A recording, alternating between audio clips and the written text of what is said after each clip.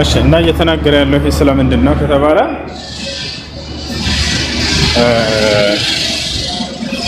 ከእስልምና አፈንግጦ የወጣ ነው የሚለው እርሱ ይገደላል። ነገር ግን ምን ካደረገ ነው የሚገደለው ነው? ዝም ብሎ የካደ ሁሉ ይገደላል? እንደገና ተመልሶ የሙስሊሞችን አንድነት ለመበታተን የሚዋጋ ከሆነ ነው። እሺ በሌላ ሐዲስ ላይ ነቢያችን ሰለላሁ ዐለይሂ ወሰለም ሲናገሩ ላ የሒሉ ደሙ እምሪእ ሙስሊሚን ኢላ ቢኢሕዳ ሰላስ አሰይቡ ዛኒ አነፍሱ ቢነፍስ አታሪኩ ሊዲኒሂ አልሙፋሪቁ ሊልጀማዓ።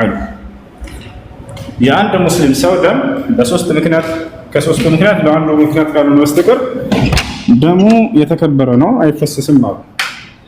አንደኛ የሰው ነፍስ አጥፍቶ ከሆነ አሉ። ሁለተኛ ደግሞ ባለትዳር ሆኖ ካመነዘረ አሉ። ሶስተኛ ደግሞ ምን አሉ ነብዩ ሰለላሁ ዐለይሂ ወሰለም ከዛሊክ ልክ እንዲሁ ሃይማኖትን ለቆ የወጣ ካሉ በኋላ ዝም አላሉ። አየህ አልሙፋሪቁ ሊልጀማዓ አሉ። የሙስሊሞችን ህብረት የሚለያይ የሆነ ተለይቶ እንደገና እነሱን ለመዋጋት የሚሰራ የሆነ ከሆነ ነው። አላህ በቁርአን ላይ በሃይማኖት ማስገደድ እንደሌለ ተናግሯል። ገብቷል? ምን ይላል በቁርአን ቃል በቃል ላ ኢክራህ ፊዲን ይላል። በሃይማኖት ማስገደድ የለም ይላል። ስለዚህ ሰውየው ወጥቶ እንደገና በዛው እንትን ካልሆነ በስተቀር እንደገና ለመዋጋት ሙስሊሞችን አንድነታቸውን ለመበታተን የሚሰራ ካልሆነ በስተቀር እሱን መግደል አይቻልም። ይሄን ይመስላል። ሌላ ጥያቄ አለ? እስኪ አሳየኝ፣ ማስረጃ አሳየኝ። እንትን ኦኬ፣ ድምፅን ቀንሼዋለሁ። አሁን ተናገር። ማስረጃ አሳየኝ። ከዛ ውስጥ አሁን ለምሳሌ እኔ እንግሊዘኛውን በዛ መልኩ አይደለም ያነበብኩኝ። ሃይማኖቱ የቀየረ ቢኖር ይገደል የሚል ያዩትኝ እዛ ጋር ቃሉ ይላል አልኩህ እኮ ወንድም። ግን አንድ ሐዲስ ብቻ አይደለም፣ በዚህ ጉዳይ ላይ ብዙ የተናገሯቸው ሐዲሶች ስላሉ በእነዚህ ሁሉ ነው የሚፈታው። ምን አይነት ከሃዲ ነው የሚገደለው የሚለውን ቁርአንና ሐዲስ ደግሞ በጥቅሉ ያስቀምጥልሃል። ይወጣል አይደል? ያ ነው እና ከአንድ ሐዲስ መሰረት እሱን ብቻ ተደርጎ አይደለም የሚተረጎመው። ለምሳሌ እግዚአብሔር ሰዎችን ግደሉ ይላል አይደል? ምን አይነት ሰው ነው የሚገደለው? ምን ካደረጉ ነው የሚለውን ደግሞ በሌላ ቦታ ላይ ያብራራልሃል አይደል? ያ ነው የሚታየው። አሁንም እዚህ ቦታ ላይ የካደን ግደሉት ስላለ ማንኛውንም የካደን አካል ግደሉ ማለት ነው ወይ? አይደለም። ባህሪያቸውን በሌላ ሐዲስ ላይ ነብዩ ሰለላሁ ዐለይሂ ወሰለም ገለጹ። እንዲህ ያደረገ ብሎ አስቀምጧቸው። እነዛን እየነገርኩህ ነው። አልሙፋሪቁ ሊልጀማዓ አንደኛው መገለጫ ነው። የሙስሊሞችን ህብረት የተለየ አሉ። ያ ማለት ተለይቶ እንደገና እነሱን ለመዋጋት የሚሰራ ከሆነ ነው። አላህ በቁርአን ላይ ወቃቲሉ ፊ ሰቢልላህ አለዚነ ዩቃቲሉነኩም ይላል። እነዚያ የሚዋጓችሁን ተዋጓቸው እያለ ይናገራል። ስለዚህ ሊዋጋ የመጣ ከሆነ አካል እንዋጋዋለን። እዛ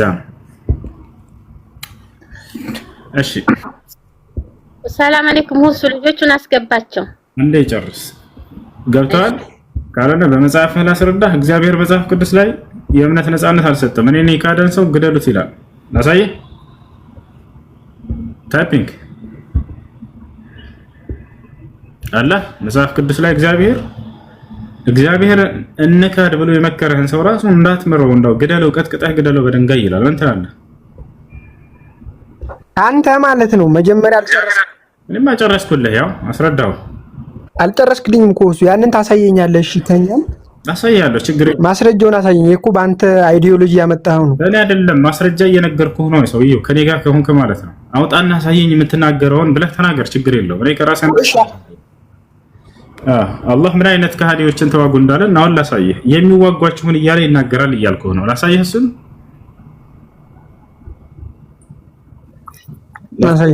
ላሳየህ ምን አይነት ከሃዲ ነው ተዋጉ ያለው። وقاتلوا في سبيل الله الذين يقاتلونكم ولا تعتدوا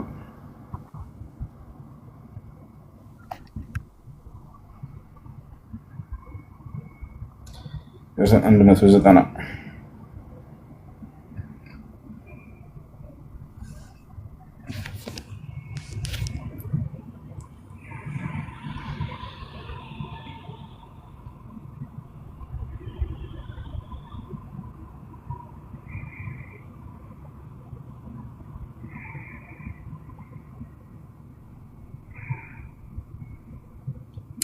ያ ይታያል። ከኔ ጋር ነህ? እንትን ሲል ትራንስሌት ሲያደርግ እንትን ሊለው ስለሚችል ወደ እንግሊዘኛ ትራንስሌት አድርገው። ያው አማርኛ እሺ፣ እስኪ ከፍ አድርገው እስኪ ትንሽ ያ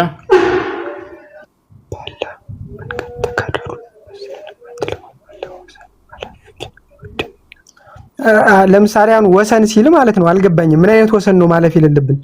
የሚጋደሏችሁን አለ ከሃዲዎች። ምን አይነት ከሃዲ ነው የምንዋጋው? የሚጋደሏችሁን።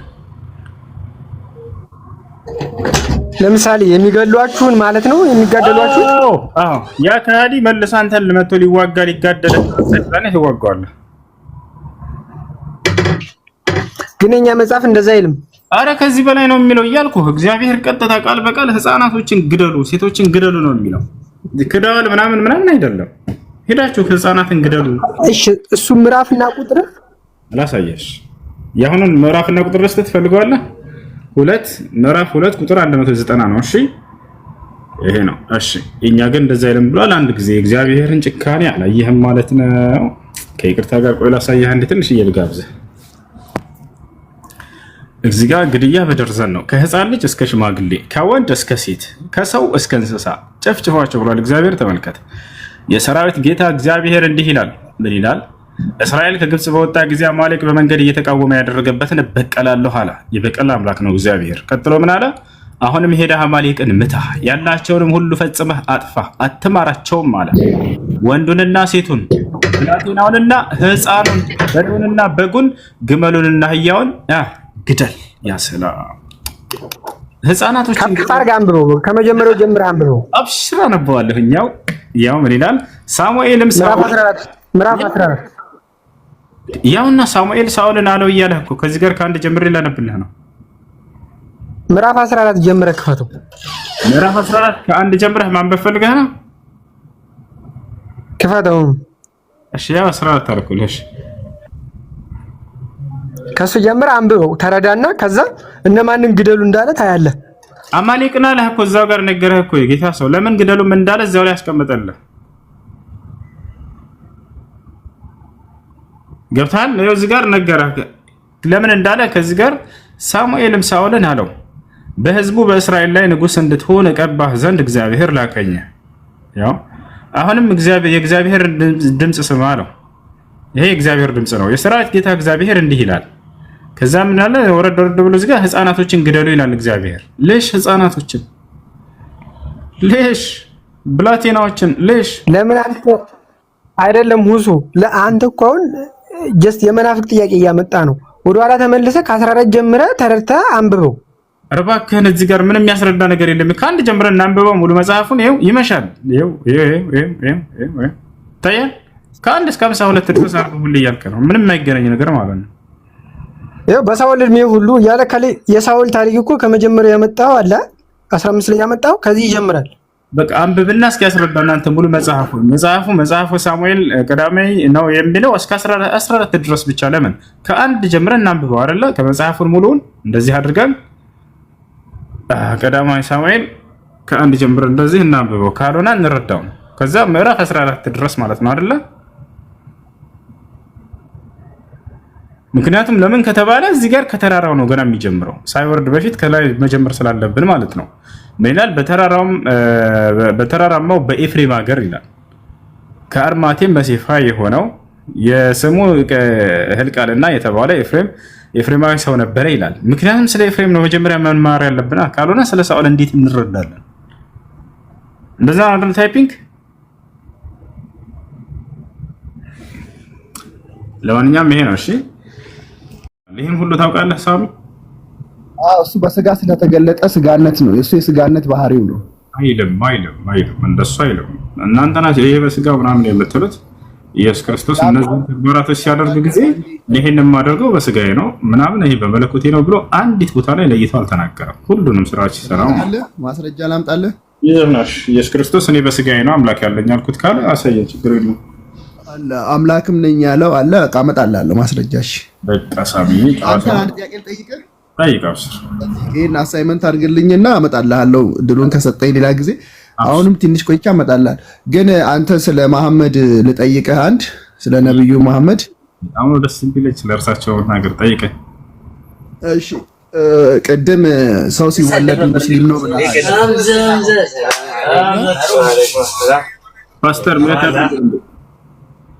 ፓስተር ጋዲሳ አንድ ቤት አድርገው ቀጥል። ሳሚ ሙስሊም ነው ብለሃል። አረ ምናልባት እኔ ስወለድ ሙስሊም ልሆን እችላለሁ፣ ግን ሙስሊምና እምነት ከመምጣቱ በፊት የተወለዱ ሰዎችስ ምን ነበሩ? በጣም ጥሩ። ከአዳም ጀምሮ እስከ ዓለም ፍጻሜ ድረስ የሚፈጠሩ ሰዎች ከእናታቸው ሲፈጠሩ ጊዜ አምላክ አላህ ሱብሓነሁ ወተዓላ ሙስሊም አድርጎ ነው የሚፈጥራቸው። ከነብዩ ሰለላሁ ዐለይሂ ወሰለም በፊት የነበሩትም ራሱ ማለት ነው። ግን ከተወለዱ በኋላ እነዚህ ህፃናት ልጆች ሁሉም ሰው በያለበት እምነት ልጁን ያሳድገዋል። አየህ ነብዩ ሰለላሁ ዐለይሂ ወሰለም ሲናገሩ ይህን ሐዲስ ላይ ምን አሉ መሰለህ? ቃለ ነብዩ ሰለላሁ ዐለይሂ ወሰለም ማ ሚን መውሉድን ኢላ ወዩለዱ ዐለል ፊጥራ አይ ዐለል ኢስላም ፈአበዋሁ ዩሀውዳኒሂ አው ዩነስራኒሂ አው ዩመጅሳኒሂ። ነብዩ ሰለላሁ ዐለይሂ ወሰለም ምን አሉ? ማንም የሚወለድ ህፃን የለም ሙስሊም ተደርጎ የሚወለድ ቢሆን እንጂ አሉ። ነገር ግን ከዚያ በኋላ ወላጆቹ ወዳሉበት እምነት ያስጠምቁታል አሉ፣ ይቀይሩታል። ክርስቲያን ከሆኑ ወደ ክርስትና፣ አይሁድ ከሆኑ ወደ አይሁድነት፣ መጁሲ ወይንም የእሳት አምላኪዎችን ከሆኑ ወደዚያው ወደ እምነታቸው ይቀይሯቸዋል ብለው ተናገሩ። ስለዚህ ሁሉም ሰው ሲወለድ ጊዜ ከነብዩ ሰለላሁ ዐለይሂ ወሰለም በፊት የነበረም ህዝብ ሁሉ ሙስሊም ተደርጎ ነው የሚወለድ። ኦኬ፣ ይሄንን ያለው ነብያችሁ መሐመድ ነው አይደል? እንግዲህ ከመሐመድ በፊት ይሄንን የተናገረ ሰው ነበር? ይሄን የነገሯችሁ እርሳቸው ናቸው መሐመድ አይደል? ከእሳቸው በፊት ሃይማኖት አልነበረም አይደል?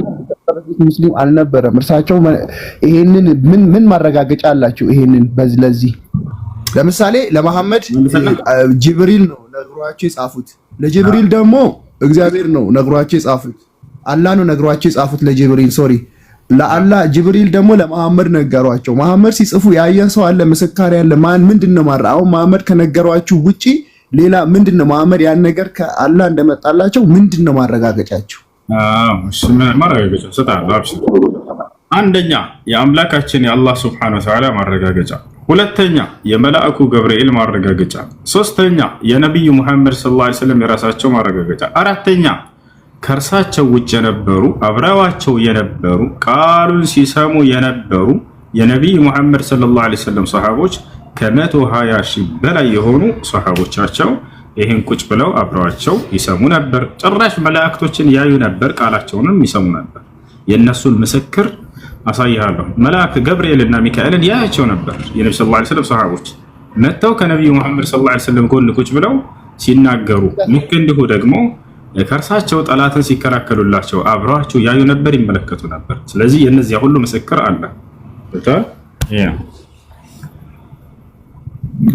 ማስረጃ አለ። አዎ ገብርኤልና ሚካኤልን እንዳዩዋቸው ከእርሳቸው ውጭ የሌላ ሰው ምስክር ልስጥህ? አዎ ግን አየው ብሎ የተናገሩት እሳቸው ናቸው። ቁርአን የጻፉት ነብዩ ናቸው አይደለ? አላህ ወረደው ነብዩ ናቸው አይደለም። እነዚያ ሰዎች ያየው ሰው ነው ራሱ የተናገረው። የሌላ ሰው ምስክር ነው። ሰጣ እንዳፈራ ላሳይ ሳሚ ላሳይ። አብሽር አሳይ።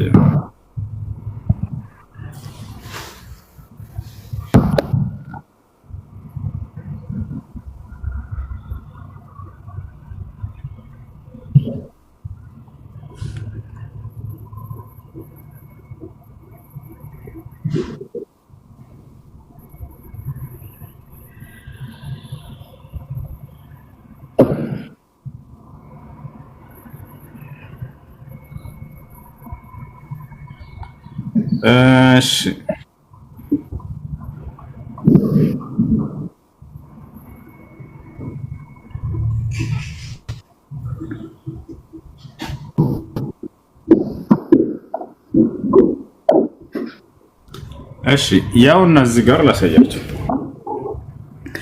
ምን ይላል? ያየው ሰው ያውና ሰዕድ ብን አቢ ወቃስ ይባላል። ወደ አማርኛ ቀይርልሃለሁ። ያውና የነብዩ መሐመድ ሰለላሁ ዐለይሂ ወሰለም ሰሃባ የሆነው ሰዕድ ብን አቢ ወቃስ ይባላል። ይሄ ሰሃባ ምንጩን ታገኙታላችሁ። ሶሒህ ሙስሊም 3206 ላይ ታገኙታላችሁ። ምን ይላል? ረአይቱ ዐን የሚኒ ረሱሊላህ ሰለላሁ ዐለይሂ ወሰለም ወዐን ሽማሊሂ የውመ ኡሑድ ረጁለይኒ ዐለይሂማ ሲያቡን በያድ ማ ረአይቱሁማ ቀብል ወላ በዕድ ያዕኒ ጅብሪል ወሚካኤል ዐለይሂማ ሰላም። ሰዕድ ብን አቢ ወቃስ ምን አለ?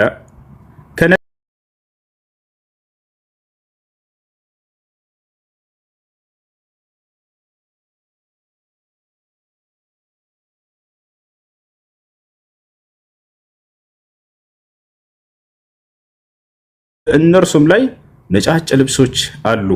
ከዚያም በፊት ከዚያም በኋላ አይቻቸው አላውቅም እነዚያንም አካሎች። እነዚያም ገብርኤልና ሚካኤል ብሎ ያውና ያየውን መስክሯል። ይህ የነብዩ ሰለላሁ ዐለይሂ ወሰለም ሱሐባ ማለት ነው። ወደ አማርኛ አልቀይርላችሁ። ላይ ነው ቁርአን ላይ ነው ያለው፣ ሐዲስ ላይ ነው ቁርአን ቆይ አንድ ቆይ ጥያቄህን አትቀይር። ቁርአን የአላህ የአምላካችን የአላህ ሱብሓነሁ ወተዓላ ቃል ነው። የሰዎች ቃል ቅልቅል የለበትም። ሐዲስ ላይ የነብዩ ሰለላሁ ዐለይሂ ወሰለም ሱሐቦች ምስክሮች የተናገሩትን ነው። እሱን ነው አምጣልኝ ያልከው። የሙሐመድ ጋር መላእክቶች ሲመጡ እንደነበር ያዩ ምስክሮችን አሳየኝ ብለህ ያውና እዚያ ጋር እያሳየንህ ነው። እሺ ምን ይላል? ወደ አማርኛ ቀይር ይልሃለሁ። ምናልባት ጎግል ዐለይሂ ሰላም በትክክል ተርጉሞት ከሆነ እንመልከተው። የአላህ መልእክተኛ ሰለላሁ ዐለይሂ ወሰለም በቀኝና በግራ በኩል የእሁድ ቀን ሁለት ሰዎች ነጭ ልብስ ለብሰው አየሁ ይላል። ከእርሳቸው ቀኝና ግራ ጎን ማለት ነው። ከዚህ በፊትም ሆነ ከዚያ በኋላ አይቻቸው አላውቅም ነበር አለ። ማለትም ጅብሪልና ሚካኤል ሰላም በእነርሱ ላይ ይሁን። ያ ሰላም ማን ይባላል? ይሄንን የመሰከረው ሳዕድ ብን አቢ ወቃስ። ምንጩ ሶሒህ ሙስሊም ላይ ታገኘዋለህ 2306 ላይ። ይሄን ይመስላል። ታየሳ መርሐባ። እሺ እኔ ግን እንትን የሰማሁት ማለት ነው የሰማሁትና ማቀው ማለት ነው ቁርአንን በጠቅላላ የጻፈው መሐመድ ነው። ምንም መሐመድ ብቻ የጻፈውን ሁሉም ነገር እዛ ላይ መሐመድ ያለ የጻፈው ብቻ ነው። ከአላህ መጣለት፣ ለጅብሪል ነገረው፣ ጅብሪል ለመሐመድ ነገረው ነው የሚባለው። ሌላ ደግሞ የሰማሁት ነገር ምንድነው? መሐመድ መጻፍና ማንበብ አይችሉም። እርሳቸው የጻፈላቸው ሰውዬ ክርስቲያን ነው። አሁን መልሶም ክርስቲያን ሆኗል። ይሄንንስ አለ ጥቅስ ቁርአን ላይ አለ። ለመሐመድ የጻፈላቸው ሰውዬ መሐመድ እኔ ከጻፍኩላቸው ውጪ አያውቁም ብሎ መልሶ ክርስቲያን ሆኗል። አለ ቁርአን ላይ ጥቅሱ ጠፍቶብኝ ነው አመጣልሃለሁ። አራውቃለሁ፣ ያስረዳለሁ። ቁርአን ላይ አይደለም። እሺ ለዚህ ትመልሳለህ?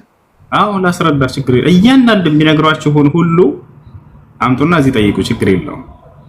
ታውቃችኋል፣ እኔ መልስላችኋለሁ። ይሄ ሰው ማን ይባላል መሰለህ? ከነስሙ ልንገርህ፣ ከነዘር ማንዘሩ እነግርሃለሁ። እሺ ምን እንደነበር፣ ከዚያ በኋላ ምን ሆነ፣ ከዚያ በፊት ምን ነበር፣ ስለዚያ ስራው ምን ብሎ መጨረሻ ላይ ገለጸ ቢለው ነው እነግርሃለሁ። ስሙ አብደላህ ኢብኑ አቢ አሰረህ ይባላል። የዑስማን ኢብኑ አፋን የነብዩ ሰለላሁ ዐለይሂ ወሰለም ሶስተኛው ኸሊፋ፣ የእርሳቸው የሶስተኛው ኸሊፋቸው የጥቢ ወንድማቸው ነው። ይህ ሰውዬ ካነ መስዒየን ክርስቲያን ነበረ። አዎ ክርስቲያን ነበር። ከዚያ በኋላ ሰለመ፣ እስልምናን ተቀበለ። ማሻአላህ እስልምናን ከተቀበለ አሁን ምንድነው የሚሏቸው መሰላችሁ? እነዚህን የነብዩ መሐመድ ሰለላሁ ዐለይሂ ወሰለም ቁርአን ጸሐፊ ክርስቲያን ነበር። ልክ አንድ ብቻ ጸሐፊ እንደነበራቸው አስመስለው ይነግሯቸዋል። ያም ሰው ወደ ክርስትና ተመልሷል። ስለዚህ ያ የጻፈው ሰውዬ እየበረዘ ይጽፍላቸው ነበር ነው የሚሏቸው። ተመልከቱ ታሪኩ እንዴት እንደሆነ። ይህ ሰው እስልምናን ተቀበለ። ማሻአላህ ከዚያ በኋላ ነብዩ ሰለላሁ ዐለይሂ ወሰለም እንግዲህ ከእርሳቸው ስር ቁጭ ብለው ሷሃቦቻቸው ይጽፉ ነበር። የሚገርም ሁሉም ሷሃባ ይጽፋል፣ ቁርአንን እየሰሙ ከእርሳቸው እያዳመጡ ማለት ነው። ቃል በቃል ነው እያሉ የያዘዟቸው በርካታ ሷሃቦቻቸው ይጽፉ ነበር። ነብዩ ሰለላሁ ዐለይሂ ወሰለም ዘይድ ብን ሳቢትን ادዑ ሊ ዘይደን ፈልየክቱብ ዐኒ አልቁርአን ይሉ ነበር። ዘይድን ጥሩት ከእኔ ቁርአንን ይጽፍ ዘንድ እያሉ ያዛሉ። ዘይድ ይመጣል ይጽፍ ነበር። ቃል በቃል ራሱ ሲናገር ኩና ኑአሊፉ አልቁርአን ዐንደ ረሱሊላህ ሰለላሁ ዐለይሂ ወሰለም ይላል። ከነብዩ ሙሐመድ ሰለላሁ ዐለይሂ ወሰለም ዘንድ ቁጭ ብለን ቁርአንን እንጽፍ ነበር ይላል። አየህ ሌሎች ሷሃቦች ነፍ ሷሃቦች ይጽፉ ነበር። እሱም እንዲሁ አንተም የዛኔ ብትሰልም ምን ታደርጋለህ? ከሳቸው ስር ሄደህ ቁርአንን መጻፍ ትችል ነበር። ልክ እንደ ማንኛውም የሰለማ አካል መጥቶ እሱ ጻፈና ሄደ። ስለዚያ ነው እየተናገረ የነበረው ሰውየው እንጂ ሙሉ ቁርአን ጸሐፊ ነኝ ምናምን እያለ አይደለም። ከሚጽፈው መካከል አንደኛው ነበር፣ ይጽፍ ነበር እሱ። ወጣቻለ አይደለ? ከዛ የሰውዬ ከፈረ፣ ከእስልምና ወጣ። ከእስልምና ወጣና ሄደ ወዴት? ወደ ቁረይሻውያኖች ግዛ እንደተመለሰ ከመዲና እኔ ሙሐመድ የምጽፍለት እኔ ነበርኩኝ ይጽፍለት ነበር አለ። ከዚያ በኋላ ገፉር ረሒም ብለህ ጻፍ የሚለኝን ዓሊሙን ሐኪም ብዬ ጽፍለታለሁ አያውቅም ነበር ብሎ ተናገረ። ከዚያ በኋላ ታሪኩን ግን አይቀጥሉልህም ሳሚ። የሚገርምህ ይሄ ሰውዬ ምን አደረገ ከዚያ በኋላ ከተባለ ንስሐ ገባ፣ ተጸጸተ፣ ከስራው ወደ እስልምና ተመለሰ። ንስሐ ማለት ነው ታውቃለህ? ያለፈው ስራው ስህተት እንደሆነ አምኖ ሰውዬ ተመለሰ እያልኩህ ነው። እየዋሸ እየቀጠፈባቸው እንደሆነ በእርሳቸው ላይ ተናገረ ራሱ። ወታበ ኢለላህ ወአስለም ወሐሱነ ኢስላሙሁ ወደ አምላክ ወደ አላህ ሱብሓነሁ ወተዓላ ተጸጸተ ከስራው። ያ ስራው የተናገረው በእርሳቸው ላይ ውሸት እንደሆነና ስተት እንደሆነ አመነ፣ ንስሐ አደረገ። ከዛ ወደ እስልምና ገባ። ከዚያ በኋላ በእስልምና ላይ ጸንቶ ሞተ። እንዳውም በርካታ ዛሬ ላይ የሚገኙ አፍሪካ ላይ የሚገኙ የሙስሊም ሀገራቶችን በእርሱ እጅ እንደተከፈቱ ታውቃላችሁ። እነዚህ እነ ቱኒዚያ፣ እነ ሊቢያ፣ እነ ግብፅ፣ እነ አልጄሪያ ምናምን እነዚህ ሁሉ ይህ ታላቅ የነቢ ሰለላሁ ዐለይሂ ወሰለም ሶሐባ ነው ድል ያደረጋቸውና ወደ ኢስላም እንዲገቡ ያደረጋቸው እና ይህን ይመስላል። እና ያ ሰው ተጸጽቶ ንስሐ አድርጎ ወደ እስልምና ተመልሷል። ሲቀጥል ነብዩ መሐመድ ሰለላሁ ዐለይሂ ወሰለም በጣም በርካታ ጸሐፊዎች ነበሯቸው። እሱ ልክ እንደ አንድ እንደሰለመ ሰው መጥቶ ይጽፍ ነበር። መጥቶ አብዱላህ ኢብኑ አቢ አስሰራህ ይባላል። እሺ አመሰግናለሁኝ። እስቲ ቼክ አደርጋለሁኝ። ኧረ ከፈለክ አውጥቼ ማስረጃውን አሳያለሁ። እንደሰለመና ንስሐ እንዳደረገ ወደ እስላም እንደመጣ ላሳይህ። አዎ ብታሳይኝ ደስ ይለኛል። አሳያለሁ። አብሽር ተገባ ምናምን አላውቅም። ማንኛውም ነገር ተናግሬ እዚህ ማስረጃ ፈልጋለሁ አውጣ ብላችሁ ማስቆም ትችላላችሁ። ወደ እስልምና እንደተመለሰ አሳይ።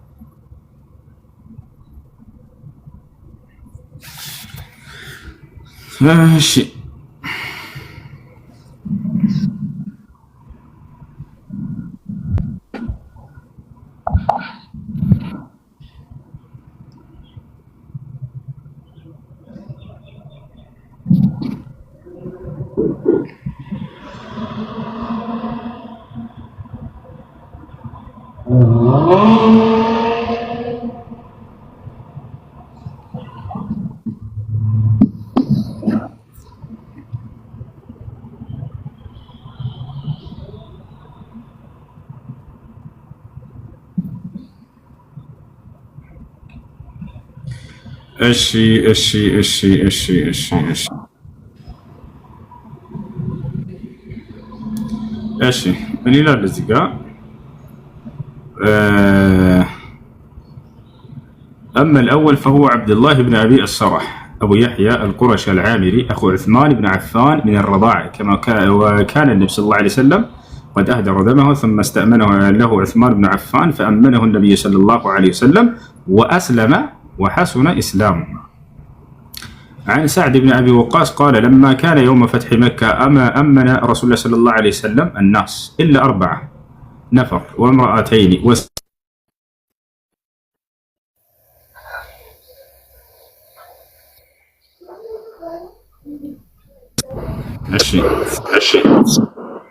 قرتها تقارط نبر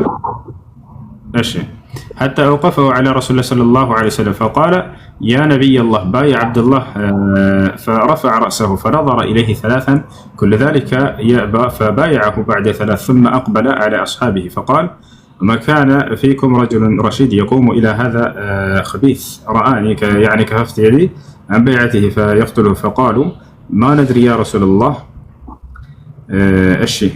كذا وقد ولاه عثمان رضي الله عنه على مصر وهو الذي قاد معركة ذات الصواري وقد غزا إفريقيا ففتح كثيرا من مدنها واعتزل فتنة علي ومعاوية رضي الله عنهما ثم خرج إلى الرملة. ورسل من الناس نتملسا الناس قالوا شيء.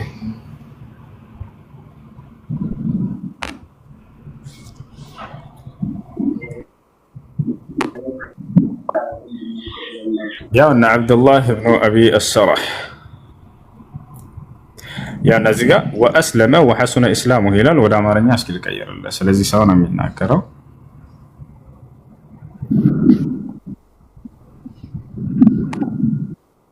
يا النزقة رتيال سلزي سوانا يا مجمرة والسوء عبد الله بن سعد ابن أبي السرح بارا أبو يحيى القرشي الأميري يا عثمان بن عفان ያሳዳጊ ወንድም ይላል። ያሳዳጊ ወንድም የጥቢ ወንድም ለማለት ነው። እና ይሄን ሰውዬ መጨረሻ ላይ ሲገልጸው ምን ይላል ይታያል እዚህ ጋር እስልምናን ተቀበለ ይላል። እስልምናን ተቀበለ እንደገና ተመለሰ ሰውየው ወአስለመ ይላል በአረበኛ ላይ ወደ እስልምናን ዳግም እንደተቀበለና እንደተመለሰ ቀጥታ ተቀምጧል።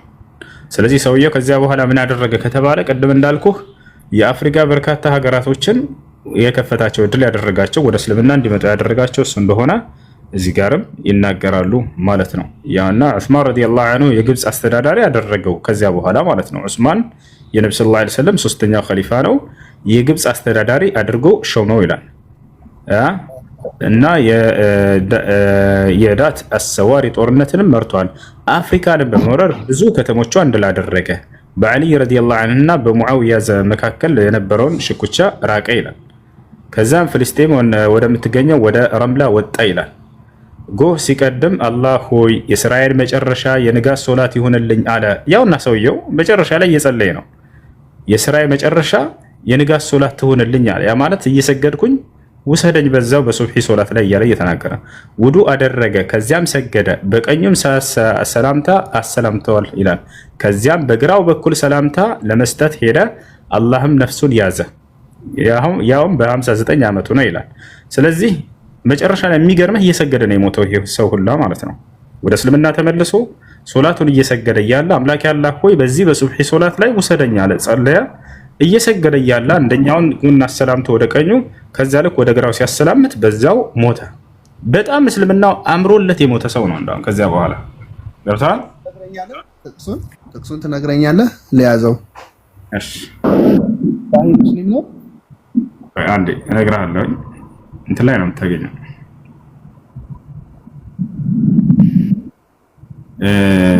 እሺ አልኢሳባ ፊ ተምይዝ الصحابة የሚል መጽሐፍ ነው። እሱ ላይ ነው የምታገኘው። ሐዲስ ላይ እና ቁርአን ላይ አይደለም አሁን ያልከኝ?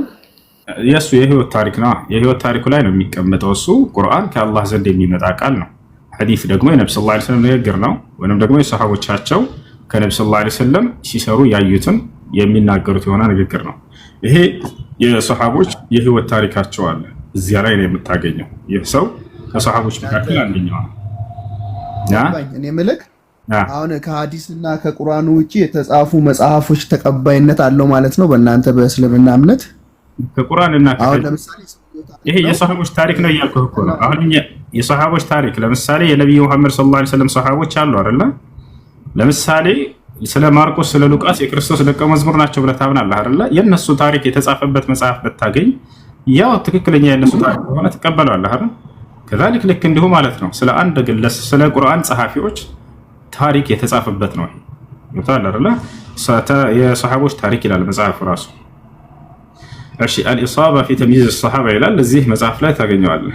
ወይም ሲር አዕላም النبلاء ይቅርታ ሲር አዕላም النبلاء للامام الذهبي የኢማሙ الذهبي ሲር አዕላም النبلاء ሶስተኛው ሙጀለድ ቁጥር 34 ላይ ታገኘዋለህ። እሺ ሲር አዕላም النبلاء አንድ የመጨረሻ ጥያቄ ልጠይቅህ እና ሌላ ጊዜ ጥሩ ነው የመለስክልኝ መልስ። ትንሽ አሁን ቅር ያለኝ ከቁርአንና ከሐዲስ ውጪ ከሆነ መጽሐፍ ስለመለስክልኝ ነው። ግን ያው እኔ አላቅም ስለ እንትኑ ያው ሊኖር ይችላል እንዲህ ከቁርአንና ከሐዲስ ጋር ተያይዞ አሁን በእኛም አለ ሰማይ ቀጥልሽ መጽሐፎች አሉ ማብራሪያ። እሺ ቀጥልሽ እና እንትን ክርስቶስ አምላክ ነው ተብሎ እኮ ተጽፏል ቁርአናችሁ ላይ። ለዚህ ታስረዳ ማብራሪያ ስጠኛለህ? ክርስቶስ አምላክ አለኝ እያለ ነው ጌታ አለኝ እያለ እንጂ ቁርአን ላይ የተጻፈው አምላክ ነው ተብሎ አልተጻፈም። እሺ ላይ ምንህ ዳይሬክት አይደለም የተጻፈው። ምን ይላል መሰለ ቁርአናችሁ ላይ ምን ይላል መሰለ? ደጃልን ታውቀዋለህ አይደል? ደጃል ማለት እንትን ነው ጸረ አላህ ነው አይደል? ደጃል ማለት ሰው ያስነሳል ጸረ አላህ ነው አይደል? አይደል? ስለዚህ ቁርአን ላይ ምን ይላል? እዚህ ጋር አንድ ነገር እንዳው ልጨምርላችሁ ልጆች። እሺ እዚህ ጋር ልጨምርላችሁ ምን ይላል? አንድ ከይቅርታ ጋር ከቅድሙ ጋር የተያያዘ ስለሆነ ሌሎች ልጆችም እንዲሰሙት ምን ይላል?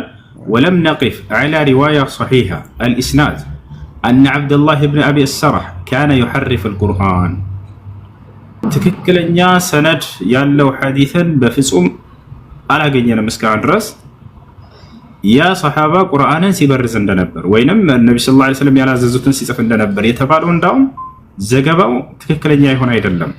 ወኢንማ في قصته በታሪኩ ላይ ያለው ነገር ግን ምንድነው? አዘለሁ ሰይጣን አጠመመው ወይንም ሰይጣን አንዳለጠው የሚል ቃል እንጂ የተገለጸው ቁርአንን ከነብዩ ሰለላሁ ዐለይሂ ወሰለም እየሰማሁኝ እንዲህ ጽፍ ነበር የሚለው ራሱ ደካማ የሆነ ዘገባ ነው እያለን ነው።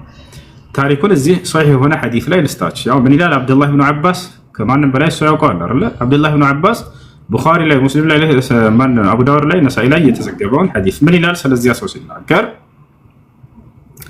عن ابن عباس رضي الله عنه قال كان عبد الله بن سعد بن ابي سرح يكتب لرسول الله صلى الله عليه وسلم عبد الله بن ابي سرح لنبي محمد صلى الله عليه وسلم قرانا يصف نبر على او يصف نبر فازله الشيطان سيطان ግን አንዳለጠው ይላል አያችሁ فلحق بالكفار ወደ ከሃዲያኖችም ሄደ ተጠጋ አለቀ በቃ እንዲህ እያለ ሲጽፍ ነበር ምናምን የሚለው ነገር በፍጹም አልገለጸውም አብዱላህ ኢብኑ አባስ በቃ እንደማንኛውም ሰው አመነና ከዛ ከፈረ ነው ያለው። እሺ ቀጣይ ጥያቄ ምን ነበር? ቀጥል። ኦኬ ደጃል እንትን የጸረ አላህ ነው አይደል የሚባለው በቁርአኑ? ቀጥል ጥያቄህን ጨርስ። እና ምን አየው መሰለህ ቁርአን ላይ የሆነ ሰው ሲያነብን ያየሁት ደጃል ሂ ኢዝ አንቲክራይስት ይላል። ደጃል አንቲክራይስት ነው። ደጃል ሐሰተኛ አምላክ ከሆነ ክርስቶስ ትክክለኛ አምላክ ነው ማለት ነው። አንቲ ማለት ተቃራኒ ነው አይደለ? ቁርአን ላይ አለ ደጃል ኢዝ አንቲክራይስት ይላል። እና ለዚህ ምንድነው ማብራሪያ ያለ? እስቲ ብታብራራልኝ ብዬ ነው። ቁርአን ላይ አንቲክራይስት ወይንም እንደዛ ሳይሆን የሚለው ሐሰተኛው ክርስቶስ ነው ማለት ነው። እሺ ደጃል መሲሑ ደጃል ሐሰተኛ አላህ ይሆንና ደጃል ሐሰተኛ አምላክ ነው ይላል። ደጃል ግራ አይኑ ነው ቀኝ አይኑ ጠፍቷል ምናምን ይልና ስለ ደጃል ብዙ ማብራሪያ ይሰጥና ከዛ ደጃል ሰው ያስነሳል። የሞተ ሰው በቃ አላህ ስልጣን ሰጥቶት ግን ሐሰተኛ አምላክ ሆነ። ደጃል ሐሰተኛ አምላክ ነው። ደጃል አንቲክራይስት ነው ይላል። ያ ማለት ደጃል ሐሰተኛ ከሆነ ክርስቶስ ትክክል አንቲ ማለት ተቃራኒ አይደል? ደጃል ሐሰተኛ አምላክ ነው ብሎ ቁርአናችሁ ከገለጸ በኋላ ደጃል የክርስቶስ ተቃራኒ ነው ይላል አንቲክራይስት። ስለዚህ ደጃል ሐሰተኛ ነው ማለት ክርስቶስ ትክክለኛ አምላክ ነው ማለት ነው ነው ምንም የሚያገናኘው ነገር የለም። የትኛው ጋር ነው እንደው ያለ ቢባል እንኳን ክርስቶስ ትክክለኛ መሲህ መሆኑን ነው የሚመሰክረው። መሲህ ማለት ክርስቶስ አለ ቁርአን ላይ አለ ነው። የለም እሺ እንደሱ የሚል የለም። ለማንኛውም ልንገርህ ያለውን ነገር አዳምጠኝ። ታዳምጣለህ? ስለሱ ስያሜው ምንድነው? ማን ተብሎ ይጠራል ከተባለ ያ አካል يعني መሲሁ ደጃል ተብሎ ይጠራል። ደጃል ማለት ውሸታም ሐሰተኛ ማለት ነው። ገብቶሃል? ሐሰተኛው መሲህ እያሉ ነብዩ ሰለላሁ ዐለይሂ ወሰለም ይጠሩታል። ማንን? ያን መጨረሻ ዘመን ላይ የሚነሳው መሲሁን ማለት ነው። ሐሰተኛው መሲህ ብሎ ይጠሩታል። ለምንድን ነው ሐሰተኛ ብለው መለየት ያስፈልጋቸው ነብዩ ሰለላሁ ዐለይሂ ወሰለም? ምክንያቱም እውነተኛው መሲህ ስላለ ነው። እውነተኛው መሲህ ማን ነው ከተባለ የድንግል ማርያም ልጅ ያ ነው። እውነተኛው መሲህ እርሱ ነው። ከዛ እንዲለይ ዘንድ ነብዩ ሰለላሁ ዐለይሂ ወሰለም ያ ግን ሐሰተኛው መሲህ ነው ብለው ገለጹት። ይታወቃል አይደል? ሐሰተኛ የሚለው የተጨመረበት እውነተኛ ሌላ መሲህ ስላለ ነው። እንግዲህ አይሁዲዎች ናቸው መጀመሪያ የሚቀበሉት። የሚገርማቸው ስለ ሐሰተኛው መሲህ ሲናገሩ ነብዩ ሰለላሁ ዐለይሂ ወሰለም አይሁዲዎች እስከ ዘመኑ ፍጻሜ ድረስ መሲሁ አልመጣም ብለው እንደሚጠብቁ ነግረውናል። ነብዩ ሰለላሁ ዐለይሂ ወሰለም መሲሁ ይመጣልናል ብለው እየጠበቁ ነው። አሁንም እየጠበቁ ነው። እውነተኛው መሲህ መጥቶላቸው አንቀበልም ብለዋል። ተመልከቱ ዒሳ አለይሂ ሰላም። ነገር ግን እስከ ዘመኑ ፍጻሜ ድረስ መሲሁ ይመጣል ብለው ይጠብቃሉ አይሁዶች። ከዚያ ልክ ሲነሳ ጊዜ ደጃል ሐሰተኛው መሲህም ሲነሳ ለኛ ቃል የተገባው መሲህ ይሄ ነው ብለው አምነው ይቀበሉታል አይሁዶች። እዛን ያሉ ማስረጃ قال النبي صلى الله عليه وسلم يخرج الدجال من أرض خراسان فيتبعه 70,000 يهودي وعلى رؤوسهم الطيالس نبي صلى الله عليه وسلم من قالوا የዘመኑ ፍጻሜ ከመድረሱ በፊት ሐሰተኛው መሲህ ከኹራሳን ሀገር ይነሳል አሉ። ዛሬ ላይ ኢራን ተብላ ከምትጠራው ማለት ነው። ወታቻው ከዛች ሀገር ይነሳል።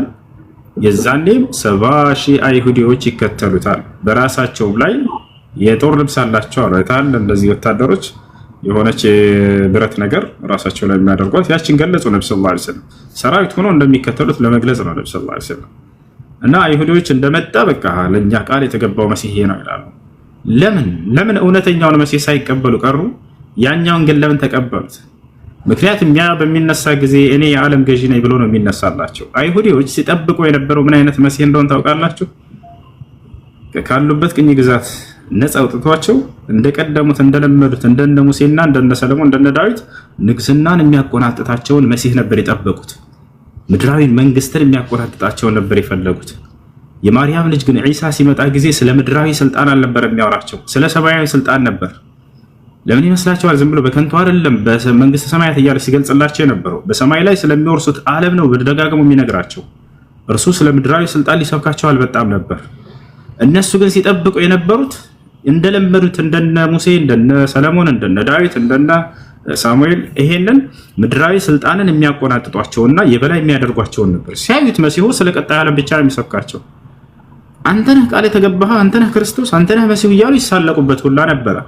አላህ በቁርአን ላይ ወቀውሊህም ቢና ቀተልነ ልመሲህ ክርስቶስ እያሉ ሲሳለቁበት እንደነበረ ሁሉ ይነግረናል። አያቸው አይደል? መጨረሻው እንደገና እሱን አንቀበልም አሉ።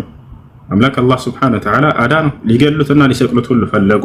አምላክ አላህ ነገረው። ወመከሩ አለ፣ በእርሱም ላይ ተንኮልና ሴራን ሰሩበት አለ። ወመከረ አላህ፣ እኔ ደግሞ ተንኮልና ሴራቸውን የማውቅ ነኝና ያንን ተንኮላቸውን አከሸፍኩባቸው እያለ ተናገረ። ወላሁ ኸይሩል ማኪሪን፣ እኔ የተንኮለኞችን ተንኮል የማውቅና የማከሽፍ የሆንኩኝ አምላክ ነኝና እያለ ተናገረ አላህ። ከዚያ ለዒሳ ነገረው። ኢዝ ቃለ አላሁ ያ ዒሳ፣ አንተ ዒሳ ሆይ አለው ኢኒ ሙተወፊከ ወራፊዑከ፣ እኔ ወደ እኔ ልወስድህ ነው ወደ እኔም ላነሳህ ነው አለው። ወሙጠሂሩከ ሚነ ለዚነ ከፈሩ፣ ከነዚያ ከካዱትም ከይሁዳውያኖች ላድንህ ነው አለው። ላነጻህ ነው ላጠራህ ነው አለው። ስለዚህ መሲሁ ዒሳ ዓለይሂ ሰላምን አላህ አነሳው። የዘመኑ ፍጻሜ ከመድረሱ በፊትም ዳግም ወደ ምድር ያወርደዋል። ያ ሐሰተኛው መሲህ ልክ አይሁዶች የዘመኑ ፍጻሜ ሲቀበሉትና አብረው ከሱ ጋር ዓለምን ሲዞሩ የዛኔ እውነተኛው መሲህ ይወርዳል ከሰማይ። ነብዩ ሰለላሁ ዐለይሂ ወሰለም ተናገሩ፣ የዘመኑ ፍጻሜ ከመድረሱ በፊት የማርያም ልጅ ከሰማይ ይወርዳል። በሚወርድም ጊዜ በመላእክቶች ታጅበው ነው የሚወርደው አለ። በመላእክት ታጅበው አጅበውት ይወርዳሉ ዒሳ ዓለይሂ ሰላም። ከዚያ በኋላ ይወርዳል። ያንን ሐሰተኛውን መሲህ ይገለዋል። ሐሰተኛውን መሲህ ይገድለዋል። ገብታችኋል? ይሄን የሚያው ተወርድ ጊዜ በምስራቅ ደማስቆ ይወርዳል። ከዚያ በኋላ ወደ ኢየሩሳሌም ቀጥታ ይመጣል።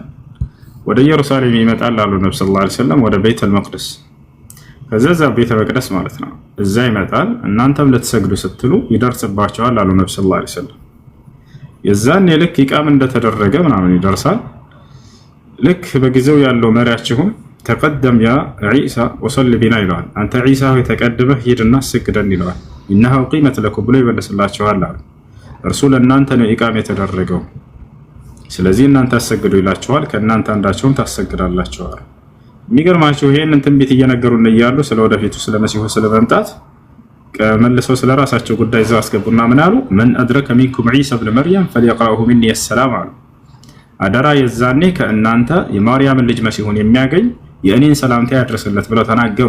ወሃዛ የዱሉ ዐላ መሐበቲህ፣ ምን ያክል እንደሚወዱት ያሳያል። ይመጣል በመካከላችሁ መሲሁ ብለው ትንቢትም ሲነግሩን ጊዜ አደራ የእኛ ነቢይ ሰላም ብለውሃል ብላችሁ የዛኔም አድርሱለት ከእኔ ብለው ተናግረዋል።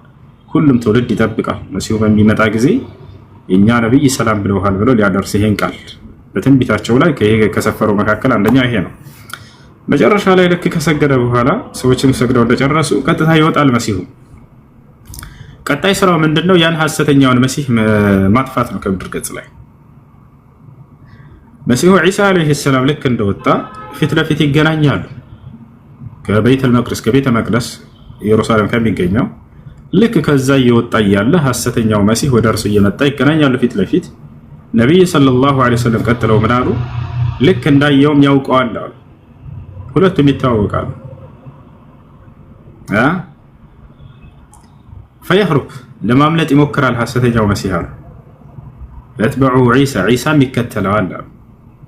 ወየቁሉ ለሁ ላ ተህሩብ ምኒ እነ ሊ ደርበተን ዐለይክ፣ ከእኔ አትሽሽ፣ ከእኔ አታምልጥ፣ እኔ በአንተ ላይ አንዲት ምታለችኝ የተወሰነችልኝ፣ ከዛች ልታመልጥ አትችልም ይለዋል። ከዛም ይከተለዋል። ፈየድሪቡሃ አሉ ነብዩ ሰለላሁ ዐለይሂ ወሰለም፣ አንዲት ምት ይመታዋል፣ ይገለዋል። ከዚያ በፊት ግን ነብዩ ሰለላሁ ዐለይሂ ወሰለም ምን አሉ? ወዐንደማ የራሁ የዙቡ ከማ የዙቡ ልሚልሕ አሉ። ዐንደማ የضዑ ፊል ማእ፣ ሐሰተኛው መሲህ እውነተኛውን መሲህ በሚያዩ ጊዜ ይቀልጣል አሉ ነብዩ ሰለላሁ ዐለይሂ ወሰለም። ልክ ጨው ውሃ ውስጥ ሲገባ እንደሚቀልጠው አሉ። ተመልከቱ። ለምን? መሲሁ ከሰማይ በሚወርድ ጊዜ ሌላ አዲስ ተአምራቶችን ይዞ ይመጣል፣ ከአላህ ይሰጠዋል። ምንድን ከተባለ ጠላትን በአይኑ በማየት ብቻ የማቅለጥን ተአምር ይሰጣል። ይሄ የሚደንቅ ነው ወላሂ። ማንም ጠላት እርሱን ቀርቦ ጫፉን እንዳይነካው አላህ ሱብሓነሁ ወተዓላ ምን አድርጎለት ነው የሚልከው? አይኑ በማየት ብቻ ያቀልጣቸዋል። ነቢያችን ሰለላሁ ዐለይሂ ወሰለም ሐዲስ ላይ ትንቢቱ ላይ ሲናገሩ ወለው ተረከሁ ለዛብ አሉ። መሲሁ ዝም ብሎ በማየት ብቻ ቢቆይ ኑሮ እያየው ይቀልጥና ይጨርሰው ነበር አሉ። ተመልከቱ። ወለው ተረከሁ ለዛብ ዝም ብሎ ቢተወው ኑሮ ይቀልጥ ነበር፣ ግን በእጁ እንዲጠፋ ተወስኗልና ተከትሎ መሲሁ አንዲት ምት ብቻ መጥቶ ይገለዋል አሉ። መሲሁ ዒሳ ዐለይሂ ሰላምን ማንም ጫፉን እንዲነካው አያደርግም አምላክ አላህ ሱብሓነሁ ወተዓላ። የዛኔም ሲመጣ ጊዜ ይህን ተአምር ድንቅ ተአምር ሰጥቶት ነው የሚመጣው። የአይኑ እይታ ብቻ ጠላትን በማየት እንዲህ እያየ ነው እዛ ከጎን እንደዚህ ቅልጥልጥ ያደርጋቸዋል። ያ ብቻ አይደለም፣ ሌላም ተአምር ይሰጠዋል። ከዛሊክ ልክ እንዲሁ ከአፉ የሚወጣው የአፉ ትንፋሽ እሱም ለጠላት እሳት ነው። ነቢያችን ሰለላሁ ዐለይሂ ወሰለም ከአፉ የሚወጣውን ትንፋሽ የ100 እርምጃ ያክልንም ይርቃል ይሄዳል አሉ። እኛ ለምሳሌ ብንተነፍስ አንድ ስንዝር የምትርቅ አይመስለኝም ሁላ እያወራህ ማለት ነው። የእሱ ግን 100 እርምጃ ሁሉ ይመራቃለው። ያም ትንፋሹ ጠላትን የሚያጠፋ ነው አሉ። ዝም ብሎ የሚመለስ አይደለም።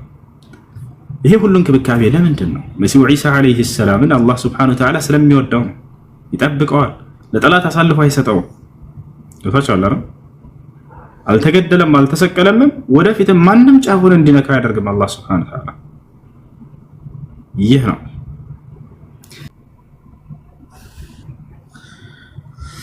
ያ ሰላም ያ ሰላም።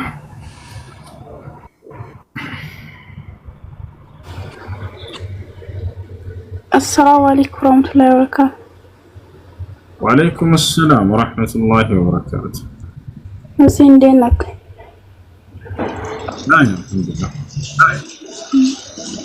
እኔ ጥያቄ እኛ ሴቶች መርከዝ ውስጥ ቁርአን መቅራት እንችላለን? አሁን ፍቃድ ማለት ነው። ማን ጋር የሚረብሽ ድምጽ ያለው? ማን ጋር የሚረብሽ ድምጽ? እሺ ምንድን ነው ያልሽው? ጥያቄሽ ልቀና። እኛ ሴቶች መርከዝ ውስጥ ገብተን ቁርአን መቅራት እንችላለን? በአሁን ኡስታዝ ማለት ነው። የሴቶች መርከዝ እስካለ ድረስ በሴቶች መርከዝ ሄዳችሁ ቁሩ። ወንዶች ከሆኑ አስተማሪዎቹ ከግርዶሽ በስተጀርባ ሆነ ያስተምራሉ። ከግርዶሽ በስተጀርባ يقول الله سبحانه وتعالى واذا سالتموهن متاعا فاسالوهن من وراء حجاب። ሴቶችን የሆነ መገልገያ ዕቃ መጠየቅ ብትፈልጉ ከግርዶሽ በስተጀርባ ጠይቋቸው እያሉ ይናገራሉ። ያን አይቻልም ነው? እህት ይቻላል። ከግርዶሽ በስተጀርባ መስፈርቱን እየነገርኩሽ ነው። እሺ አይ ሁሉም አይቻልም ስል ሰምቼ ነው። ዝም ባያቸው። ሽክራን ጀዛከላህ ኸይር። በነቢያችን ሰለላሁ ዐለይሂ ወሰለም ጊዜ ሴቶች ሰላም አለይኩም። ወአለይኩም ሰላም ወራህመቱላሂ ወበረካቱ። ልጆች ገስት ላይ ሰው አያሳየኝም። እንትን በሉ ተባረኩ። እሺ በል አንድ ጥያቄ አለ። ምን ይላል?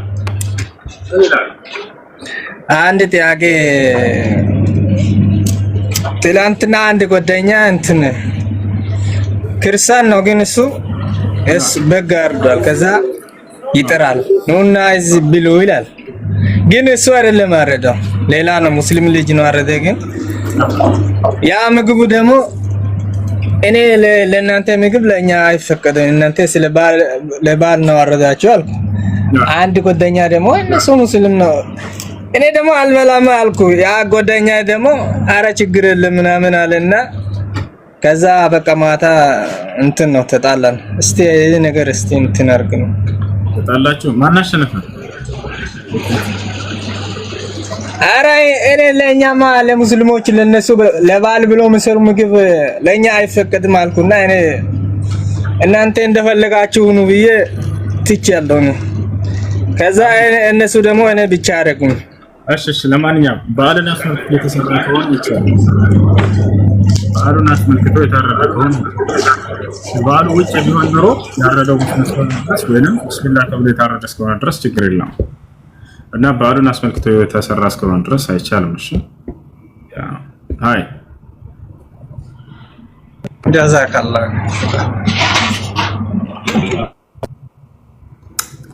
እሺ አለይኩም ሰላም ወራህመቱላሂ ወበረካቱ።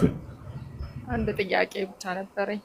እሺ እንትን መስሪያ ቤት ላይ ከዲፓርትመንቶች ሁሉ የኛ ስራ ጫና ብዙ ስለሆነ ማለት ነው አለቆች ተነጋግረው ትርፍ ሰዓት ክፍያ ምናምን ተጨማሪ እንዲከፈለን ተደረገ ለዛ ዲፓርትመንት ማለት ነው ሳንገባ። ይሄ ነገር እንዴት ይታያል ለማለት ነበር። በስጦታ መልክ ሰጥቷችሁ ነው ኃላፊዎቹ? ያው ተነጋግረው ስራ ጫና ስላለበት ትርፍ ሰዓት ኦቨርታይም ክፍያ ሳንገባ ማለት ነው ይሞላለናል። ያንን በእነሱ ስምምነት የተደረገ ከሆነ በስጦታ በሀዲያ መልክ ከሆነ እናንተ ትርፍ ስራ ስላለባችሁ ሌላ ተጨማሪ ስጦታ ሊያደርግላችሁ ችግር የለውም።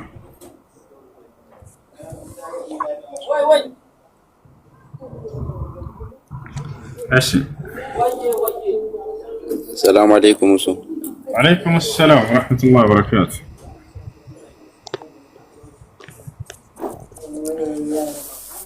አንድ 3 ጥያቄ ነበረኝ ካላበዛው። እሺ አንደኛው እንትን ነው የሆነ ቤት ዘመድ ምናምን ሆኖ ሴቶችን ማለት ነው እናቶችን የሚዘየር ወዶ ያጠፋል ወይ የሚለው ነው። እናትን መዘየር የራስን እናት አይደለም ዘመድ ሆኖ እናቶችን ትላልቆችን ማለት ነው የልጅ እናት የሆኑ ዘመዶችን መዘየር። እሺ እና አጅነቢ እስከሆነ ድረስ አይቻልም፣ መዘየር አይፈቀድም። አየር ላይ ሰላም አለይኩም በላቸው እንጂ አይሆን። ነብያችን ሰለላሁ ዐለይሂ ወሰለም ሐዲስ ላይ እኒ ላ ኡሳፊሁ ኒሳ ብለዋል። እኔ ባልቴትን አልጨብጥም ብለዋል። አይቻልም። ወደ ነብያችን ሰለላሁ ዐለይሂ ወሰለም ጋር የመጡ ሴቶች ለሙባይዓ ቃል ኪዳን ለመፈጸም ከእርሳቸው ጋር ሰሃቦች ወንዶች እያመጡ እጃቸውን እየጨበጡ ሻሃዳ እየያዙ ሲሄዱ እርሳቸው ቃል እየገቡ ሲሄዱ ሴቶች በሚመጡ ጊዜ በአየር ላይ ነበር እኒ ላ ኡሳፊሁ ኒሳ አሏቸው። እኔ ግን ባል ሴትን አልጨብጥም እና እዚያው በአየር ላይ ቃል ግቡ አላቸው። ቃል ገቡ። ያ አዩሃ ነቢዩ ኢዛ ጃአከ ልሙእሚናት ዩባይዕነከ ዐላ አን ላ ዩሽሪክነ ቢላሂ ሸይአን ወላ የስሪቅነ ወላ የዝኒነ ወላ የቅቱልነ አውላደሁነ ولا يأتين ببهتان يفترينه بين أيديهن وأرجلهن ولا يعصينك في معروف فبايعهن إلى مبايع አድርግላቸው እያለ ስለ ሴቶች ሲናገር ሐዲስ ላይ ይሄንን ሷሃቦች ሲገልጹ ባየር ላይ ነበር ያደረጉላቸው። እዚያ ምን አሉ? ኢኒ ላ ኡሳፊሁ ኒሳአ እኔ ባዕድ ሴትን አልጨብጥምና ስለዚህ ትላልቅ ናቸው ምናምን ብሎ ሂሳብ አይቻልም።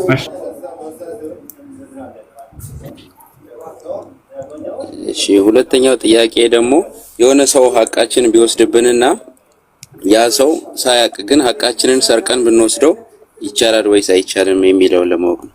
እሺ አንድ ሰው ሐቃችሁን ወስዶባችሁ በትክክለኛው መንገድ እንዲመልስላችሁ ጠይቁት። መጀመሪያ በሰላማዊ መንገድ ጠብ ሳይፈጠር ምናምን እንዲመልስላችሁ ጠይቁት። ከመለሰስ አልመለስም ካለ ግን እሱ በማያውቅበት መውሰድ እንችላለን ወይ? አዎ ትችላላችሁ። በእናንተ ላይ አደጋ እንደማያደርስ እርግጠኛ ሆኑ። ሌላ ምትፈልጉ የሚመጣ ከሆነ ሰውየው እናንተን ሌላ አደጋ የሚጥላችሁ ከሆነ ከህይወታችሁ በላይ ይተዋል። ነገር ግን ከሱ ያንን ሳትጨብጡ ሐቃችሁን ብትወስዱ ወንጀል አይሆንም። በነብያችን ሰለላሁ ዐለይሂ ወሰለም ጊዜ ማስረጃ ውስጥ جاءت هند بنت عتبة إلى النبي صلى الله عليه وسلم وهي زوجة أبو سفيان بن حرب قالت يا رسول الله إن أبا سفيان رجل شحيح ولا يعطيني ما يكفيني وما يكفي لأولادي من القوت فماذا أفعل؟ فقال لها النبي صلى الله عليه وسلم خذي ما يكفيك وما يكفي لأولادك من القوت. هند بنت عتبة يا أبو سفيان ميست ولا النبي صلى الله عليه وسلم قالت طيقش أنت الله ملك تنجاوز ባለቤቴ አቡ ሱፊያን ቋጣሪ ወጣት ላስ ተቸገርኩ ምን ላድርጋለሁ። በዚያ ነብዩ ሰለላሁ ዐለይሂ ወሰለም ምን አሏት? ለአንቺና ለልጆችሽ የሚበቃሽን ቀለብ እሱ ሳያውቅ ቢሆንም ያዥ ወሰጃላ ወንጀል አይደለም። ለምን ከተባለ አንድ ባል ሚስትና ልጆቹን የመቀለብ የማስተዳደር ግዴታ ስላለበት ያን አላወጣም ካላ ዛኔ ሚስት ብታነሳ እንደ ወንጀል አይቆጠርባትም። ይህ የተደነገገላት ሐቅ ስለሆነ የነፈጋትን የሚገባትን ሐቅ እንጂ ያነሳችው ሰረቀች አይባልም። በዚሁ ቅያስ ልክ እንዲሁ አንተ ከሰዎች ዘንድ ሐቅ ካለ ብትወስድባቸው ሰረክ ሳይሆን የሚባለው ያንን የተነፈከውን የተወሰደብህን ሐቅ ነው። ስለዚህ ወንጀል አይደለም። እሺ በዚህ አንፃር ቀደምም ኮሜንት ላይ ቻለሁኝ ማዳም ገንዘቤን አልሰጥም ብላኛለች አልሽው ልጅ ማንሳት ትችላለሽ። ሌላ ችግር የምፈጥርብሽ ከሆነ ግን ይቅርብሽ። ነገር ግን አደጋ ማታደርስብሽ ከሆነ ደሞዝሽ ነፍካሽ ከሆነ አልሰጥም ብላሽ የዛኔ እሷ በማታውቅበት መንገድ ማንሳት ትችላለሽ። ይሄ ስርቆት አይባልም። የእናንተን የተነፈጋችሁትን ሐቅ ነው ያስመልሳችሁት እና ያፈራችሁት። እሺ በል አሰላሙ አለይኩም ወራህመቱላህ። አለይኩም ሰላም ወራህመቱላህ ወበረካቱ። አንድ ጥያቄ ነበረኝ ኡስታዝ። እሺ ከላይ ሰርኬ ጥያቄ አለሽ? ሰርኬ ነው የሚለው። እሺ ቀጥሽ ኡስታዝ። አልሐምዱሊላህ እኛ ሴቶች ሰላም፣ እንዴት ነሽ? ደህና ናችሁ? ለና አልሐምዱሊላህ። ጥያቄ ልጠይቅህ ነበር።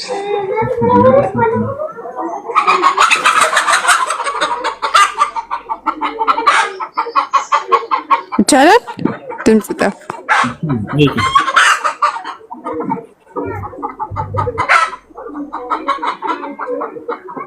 እሺ ቴዎሎጂ አይደለም የምጠይቅ፣ ጀነራል የሆነ ነገር ነው የማስተውለው ነገር እና እናንተ እንዴት ታዩታላችሁ ብዬ ነው።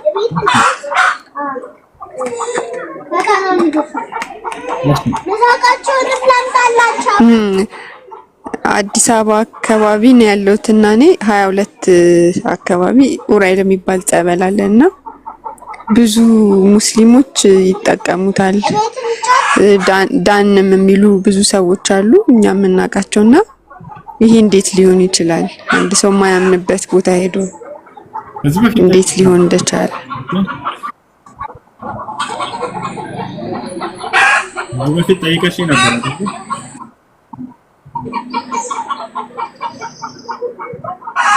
አሎ ወይ አንተ ቤት አልጠየኩም፣ ሌላ ሰው ቤት ማስተውሰን ተሽላ ነበር። ከዚህ ውጭ ሌላ ኧረ አልጠየኩም። ስለምን ፈስማን እኔ አልጠየኩም። እሺ አዳምጪሽ ልመልስ ነው። እሺ ማነው ፈዋሽ የሚለውን እንመልከት። በሁሉም ማለት ነው እንደ መጽሐፍ ቅዱስም እንደ ቁርአንም ፈዋሹ ማን ነው? ፈዋሹ ማን ነው ከተባለ አምላክ ነው። አጥቷል አይደል? ስለ መሲሁ መፈወስ በተለይ እንነጋገር። የመሲሁ መፈወስ ወይንም አዳኝነት ለታመሙ ሰዎች ሁሉ ይፈወሳሉ እዛ የሚለውን እንመልከት። በመጀመሪያ አምላክ አላህ Subhanahu Wa Ta'ala ኢብራሂም አለይሂ ሰላም ይላል ወኢዛ መሪጡ ፈሁወ የሽፊን አለ። በምታመም ጊዜ የሚፈውሰኝ የእርሱ አምላኬ ነው አለ። እያቸው አይደል? ማነው ፈዋሹ? አላህ Subhanahu Wa Ta'ala። ነቢያችን ሰለላሁ ዐለይሂ ወሰለም ሐዲስ ላይ ምን አሉ? አላሁመ አንተ ረቡን ናስ አዝሂቢል ባእስ እሽፊ አንተ ሻፊ ላ ሽፋአ ኢላ ሽፋኡክ ነበር። አምላክ አላህ ሆይ አንተ የሰዎች ሁሉ ጌታ ነህ አሉ። ከአንተ ፈውስ በስተቀር የማንም ፈውስ የለም፣ እባክህ ፈውሰን እያሉ ይናገሩ ነበር። ገብቷቸዋል አይደል? ነገር ግን አምላክ አላህ Subhanahu Wa Ta'ala ይህን የመፈወስን ስልጣን ለነቢያቶቹ ይሰጣቸው ነበር። ገብቷቸዋል? ነቢዩ ሰለላሁ ዐለይሂ ወሰለም ይህን ተአምር ተሰጥተዋል፣ ይፈውሱ ነበር። ዒሳም ይፈውስ ነበር በጊዜው መሲሁ። ገብቷቸዋል? ነቢያችን ሰለላሁ ዐለይሂ ወሰለም ለምሳሌ ማየት የተሳነውን አካል ይፈውሱት ነበር። ከዕለታት አንድ ቀን ዓሊ ብን አቢ ጣሊብ ማየት እንደተሳነው ነገሯቸው። ታሪኩ ረጅም ነው ታውቃላችሁ። የኸይበር ጦርነት ጊዜ ነው። አይነ ዓሊ ብን አቢ ጣሊብ ብለው ጠየቁ። የት አለ ዓሊ ብለው ሲጠይቁ ኢነሁ የሽተኪ ዐይነይህ ያ ረሱለላህ አላቸው። እርሱ አይኑን ታሞ ቤቱ ተቀምጧል እኮ አላቸው። ማየት ተስኖታል። የእቱኒ ቢሂ አሉ፣ አምጡልኝ እርሱን አሉ። ሊፈውሱት ነቢ ሰለላሁ ዐለይሂ ወሰለም ፈኡትየ በይነ ረጁለይን፣ በሁለት ሰዎች መካከል እየተጎተተ መጣ። ፈበሰቀ ፊ ዐይነይህ ፈሹፊየ ከአን ለም የኩን ቢሂ ወጀዕ ወፊ ሪዋየቲን ኡኽራ ፈቡሪአ ከአን ለም የኩን ቢሂ ወጀዕ። ወደ ነቢያችን ሰለላሁ ዐለይሂ ወሰለም ዓሊይን አስጠጉና ወደ ራሳቸው በአይኖቹ መካከልም እትፍ አሉበት፣ ወዲያውም ተፈወሰ ይላሉ። ማን የፈወሰው? ነቢ ሰለላሁ ዐለይሂ ወሰለም። ይሄን ተአምር አምላክ ለነቢያት ይሰጣቸዋል፣ የመፈወስን ተአምር። መሲሁም ዒሳ ዐለይሂ ሰላም በጊዜው ይፈውስ ነበር የታመሙ ሰዎች። ገብቷቸዋል? ወደ እርሱ ዘንድ ማንኛውም በሽታ ይዘው አይመጡም ሰዎች ይፈውሳቸው ነበር። መሲሁ ምን ይላል? ወኡብሪኡ አለ፣ እፈውሳለሁ አለ። አልአክመሃ መናገር የማይችሉ ድዳዎችን፣ ወልአብረሳ ለምጽ ያለባቸውን ሰዎች። ስለዚህ አካላዊ በሽታ ያለባቸው ሰዎች ይመጣሉ። ጋኔን ሊሆን ይችላል። የተያዙ ሰዎችን የመፈወስን ተአምር ይሰጥ ነበር ነቢይ። ገብታችኋል? ይህን ተአምር ይሰጡ ነበር። ዛሬ ላይ የነብዩ መሐመድ ሰለላሁ ዐለይሂ ወሰለም ትውልዶች ቁርአንን በመቅራት ሰውን ይፈውሳሉ፣ ከአጋንንት ያስወጣሉ ከሰው። እኛ ህፃን እያለን ይሄን የምናደርገው ነገር ነው። ግን ያን ያክል እንደዚህ የሚካበል አልመሰለንም ነበር። ለካ በክርስቲያኖች ዘንድ ይሄ ልክ ተአምር እንደመስራት አድርገው ነው የሚያዩት። እኛ ሰፈሬ ብርቅ አይደለም። አንድ 10 ዓመት ሐፊዝ ልጅ የታመመ ሰው ላይ ሄዶ እየቀረ ቁርአን ጅን ላይ እናስወጣ ነበር ህፃን እያለን። ወጣ ይሄ እንደ ተአምር ነው ለካ። እኛ ሰፈር ብርቅ አይደለም ይሄ ከሙስሊሞች ዘንድ ማለት ነው። እና ይሄን ለነብያት ይሰጣቸው ነበር አምላክ አላህ Subhanahu Wa Ta'ala ይፈውሱ ነበር። ዮሴፍ የአባቱን አይን ማን የፈወሰው? ያዕቆብን አይን ማን የፈወሰለት? ታውቂያለሽ ሰርኪ? ዮሴፍ ነው የፈወሰለት።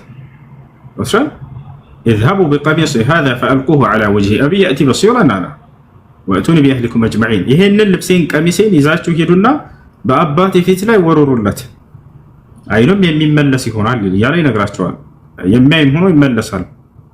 ወأتوني بأهلكم أجمعين የዛኔ ይዛችሁት ነው ቤተሰቦችንም አምጧቸዋል። فلما أن جاء البشير أبصارهم በመጣ ጊዜ ወደ ያዕቆብ ጋር ألقاه على وجهه የዮሴፍን ቀሚስ ልብሱን በአባቱ ፊት ላይ ወረወረው። ፈርተደ በሲራ የሚያይም ሆኖ አይኑ ተመለሰለት ይላል። ስለዚህ ነብያቶች በሰው ላይ ያሉን በሽታዎች የመፈወስን ተአምር ይሰጣሉ። ይህ አዳኝነት አዳነው ከበሽታው። መሲሁም ዒሳ አለይሂ ሰላም በዘመኑ በተላከበት ጊዜ ሰዎችን ያድን ነበር። ቀደም እንደ ምሳሌ እንደጠቀስኩላችሁ ገብታችኋል።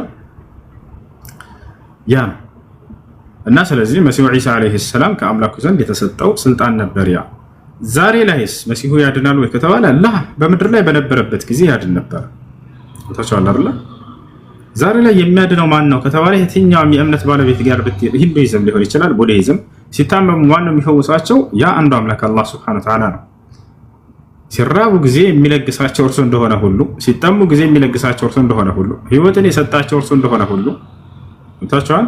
የሚገድላቸው እርሱ እንደሆነ ሁሉ ልክ እንዲሁ ጤናንም የሚሰጣቸው እርሱ ነው። በሽታን የሚያስወግድላቸው እሱ ነው። ላ የጅልብ ነፍዕ ወላ የድፈዕ ضረር ኢላ አላህ Subhanahu Wa Ta'ala የሚጠቅምን ነገር የሚያመጣ ማንም የለም ከአላህ በስተቀር። የሚጎዳን ነገር የሚከላከል የለም ከአላህ በስተቀር። ወላ የضر ወላ ينفع ኢላ አላህ ከአላህ በስተቀር የሚጎዳና የሚጠቅም ማንም የለም። ወታቸው አይደል? ይሄ ነው። እና ሰዎች በየትኛውም እምነት ተከታይ ሊሆን ይችላል ሲታመሙ ጊዜ የሚፈውሳቸው በእውነቱ አላህ Subhanahu Wa Ta'ala ነው። ግን ከላይ እነዚህ ሰዎች ያ ያደረጉት ነገር እሱ የፈወሳቸው ይመስላቸዋል። ያችሁ ያ እሺ። ሰላም አለይኩም። ወአለይኩም ሰላም ወራህመቱላሂ ወበረካቱ። እኔ 3 ጥያቄው ነምበሪ ማለት ነው ታላበዛኝ። እሺ ጊዜ ስለሌለ ከሶስተኛ ጀምረሽ ከዛ ወደ አንደኛ ትሄጃለሽ፣ ከዛ ሁለተኛው። እሺ ሶስተኛው እኔ መጀመሪያ ሀገር እንዳለሁኝ እኔ በህፃንነት የነበር ትዳር ወደ ትዳር የገባሁ ማለት ነው 13 ዓመቴ ምናምን። እውነት ነው። እሺ ከዛም ሳገባ ለሙስሊም ነው ቤተሰቦቼ ሌላ እምነት ተከታይ ናቸው። እኔ ለሙስሊም ነው የተዳርኩት ማለት ነው። እውነት ነው። እሺ የዛን ሰዓት ግን እኔ አሁን ላይ ያኔ ጥያቄ ሆኖብኛል። ግን ከዛን ሰዓት ጀምሮ አልহামዱሊላህ እኔ ሙስሊም ነኝ። ማሻአላህ ግን ሻሃዳ ምናምን ሰውሰድ ያኔ ውስጥ ሁሉ ጊዜ ይጠይቀኛል ማለት ነው። ሻሃዳ መውሰድን ምናምን አላስታውስም። በኋላ አምነሽ እስከ ሰገድሽ ድረስ በሶላት ላይ ሁሉ ጊዜ ሻሃዳ ቃል አለ። አሽሀዱ አን ላ ኢላሀ ኢላላህ ወአሽሀዱ አነ ሙሐመድ ረሱሉላህ የሚለው ሻሃዳ ቃል ነው። እሱ ይበቃል። እሺ አምነሽበት ነው ያልካለሽው፣ ስለዚህ እሱ ይበቃሻል። ግን ከውስጥ ያልጠፋልኝ ይሄ ጥርጣሬ የሚለው ነገር ካለሽ ልብሽ እንዲረጋጋ ዘንድ ሊየጥመኢነ ቀልቡክ አሁን ማለት ይችላል። አሽሀዱ አን ላ ኢላሀ ኢላላህ በይ። አሽሀዱ ላ ኢላሀ ኢላላህ አሽሀዱ አን ላ ኢላሀ ኢላላህ አሽሀዱ አነ ሙሐመደን ረሱሉላህ። ቀጥያ እና ቀጣይ ጥያቄ ደግሞ ትዳር አለኝ ነበር። እኔ ያለሁት አሁን በውጭ ነው። ከባሌ ጋር ያኔ ስንጣላ ብዙ ብር ጠየቀኝና ሌላ እምነት ተከታይ አድርጌ ነው በሸሪዓ ፍርድ ቤት ካይን ያስወረድኩም ማለት ነው። ብዙ ብር ስለጠየቀኝ በእኛ ሀገር ጠበቃ ይባላል። እሺ እና ይቻላል ያኔ ችግር የለውም። እኩልና ሰተሽ እሱ ፍታይ ብለሽው እምቢ ካለ በሽማግሌ ማስጠየቂው ይሄን ያህል ብር ታላመጣይ ብሎ ብዙ ብር ጠየቀኝና ውክልና ወክሌ በውክልና እዛ ተከራክሮ ሰውየው በሸሪዓ ፍርድ ቤት ነው ኒካ ያወረደው። ወርዳለት። ሶስተኛ ጥያቄ ደግሞ እኔ አካውንት ላይ ብር አለኝ ማለት ነው። ማሻአላህ ብዙ አመት ስለሆነው ብዙ ብር ጨምሯል ወልዷል። ያ ብር እንዴት ነው የሚሆነው? አሁን እኔ ቅርብ ሰዓት ወደ ሀገር ገባለሁኝ ብዙ ብር ወልዷል ባንክ ላይ ማለት ነው። እሺ የወለደውን ብር እዛው ጥላችሁላቸው እንዳትወጡ፣ ነገር ግን አውጡትና ለደሃዎች ለተቸገሩ ሰዎች ስጡት። ጀዛከላህ ኸይር። መርሐባ ወያክ።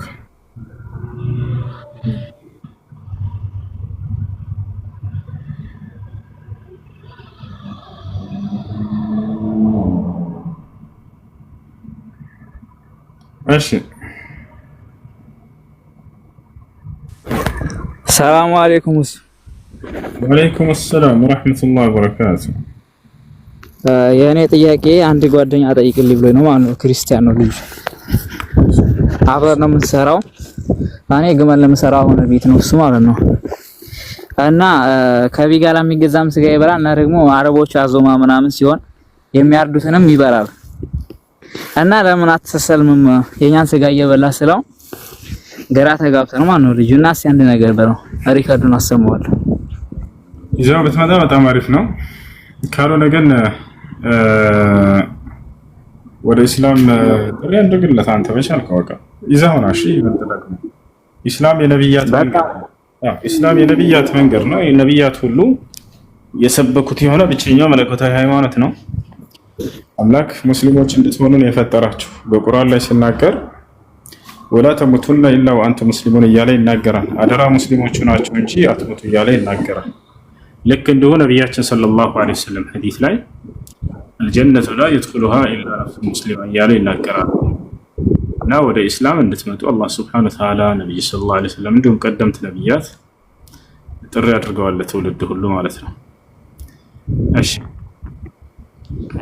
ያ خلاص ማታም ቢሆን ይመጣል ይዘው ነው። እሺ ሰላም ሁሱ። ሰላም እንዴት ነህ? ደህና ነኝ እግዚአብሔር ይመስገን። አንድ ጥያቄ ልጠይቅህ። ጠይቅሽ። የሰው ልጅ ሲወለድ ሙስሊም ነበር ትላላችሁ? አዎ። እሺ እና እስኪ አንድ የሐዲስ ክፍል ልንገርህና ክፈትልኝ። እሺ ሱናን አልናሲ 4057 ክፈትልኝ። ሱናን አልናሲ ስንት? 4000 ስንት? 4057 57 57። እሺ ሱናን አልናሲ 4057 ነው ያልከው? በአማርኛ ታነብልኛል ወይ በእንግሊዝኛ ቀይረው ወይ በአማርኛ? 4057 እሺ እስከ 66 ድረስ ያለውን ታነበዋለህ። 4057 እሺ እሱ ጋር ምንድነው እዛ ጋር አለ የምትለው? አንብበው።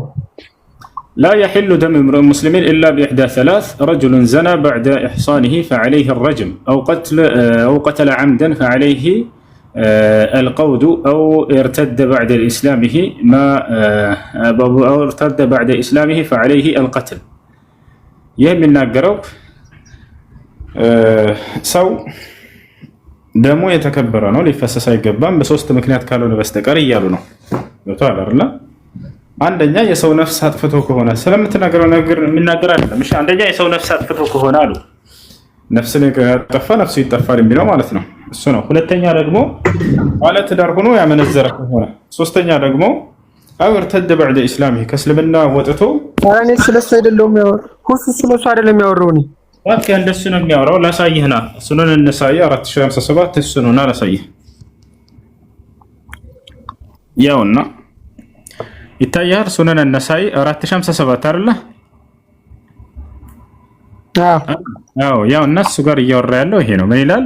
لا يحل دم امرئ مسلم الا باحدى ثلاث: رجل زنى بعد ትራንስሌት አድርገው። እሺ ላድርግን። ትራንስሌት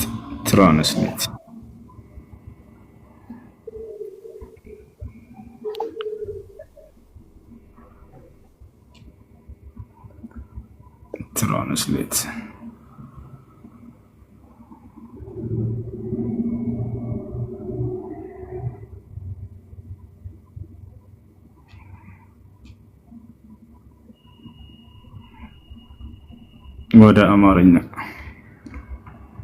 ያውና የሙስሊም ወንድ ደም ከሶስቱ ጉዳዮች በአንዱ ካልሆነ በስተቀር ሊፈሰስ አይፈቀድም ይላል። ከጋብቻ በኋላ ዝሙት የፈጸመ በዚህ ጊዜ በድንጋይ ይወገራል። ስለዚህ ነው እያወራ ያለው። ይታያል። አይ እንደሱ ሳይሆን ነው ልጠይቅ የፈለኩ ወይ ቁጥር ተሰስቼ ካልሆነ በስተቀር ሃይማኖቱን የቀየረ ይገደል የሚላል በአዲሳችሁ ልትቀለል ጨርሰልህ ነበር። ሰው ሲወለድ ሙስሊም ነው ከሚለው ጋር ምን አገናኘው ነው አሁን ጥያቄው? እሺ ያገናኘዋል። ምንድነው የሚያገናኘው ነገር? ለምሳሌ ሙስሊም ከነበረ ህፃን ልጅ እያለ ሙስሊም ከነበረ ጀስት ወደ ሃይማኖቱ ሲገባ ከሙስሊምነት ወደ ክርስቲያንነት ከተቀየረ ይገደልም ይላል። ላ እንደሱ አይደለም። ለአቅመ አዳም ለአቅመ ሔዋን ደርሶ ሙስሊም ሆኖ እንደገና የተመለሰ ካልሆነ በስተቀር ያንንም መስፈርቶች አሉት። እየተናገረ ያለው ስለሱ አይደለም። እሺ አንድ ህፃን ልጅ ሙስሊም ተደርጎ ነው የሚወለደው። ከዚህ ጋር ይሄ የሚጋጭና ከዚህ ጋር የሚያገናኘው ነገር አይደለም። ከዚያ በኋላ ቤተሰቦቹ ከእስልምና እንዲወጣ ማነው ቢያስጠምቁትና ቢያስወጡት በሱ ፍቃድ ነው አይደለም? ይሄ ህፃን ልጅ የተጠመቀው በሱ ፍቃድ ነው አይደለም? አይደለም፣ በቤተሰቦቹ ነው። ስለዚህ ያ የሚጠየቅበት ነገር አይደለም። እሱ የሚጠየቀው መቼ ነው ከተባለ በፈቃዱ የአምላክን መንገድ ካገኘ በኋላ ኢስላምን ካገኘ በኋላ የዛኔ ቢወጣ የዛኔ ነው ይህ ሐዲስ እየተናገረ ያለው። እሱንም መስፈርት አለው። መስፈርቶቹን እነግርሃለሁ ከፈለክ እንጂ በህፃን ልጅ ፍርድ የለም። ንገረኝ መስፈርቶቹን። እሺ አንድ ጊዜ አዛል አድርግ። እሺ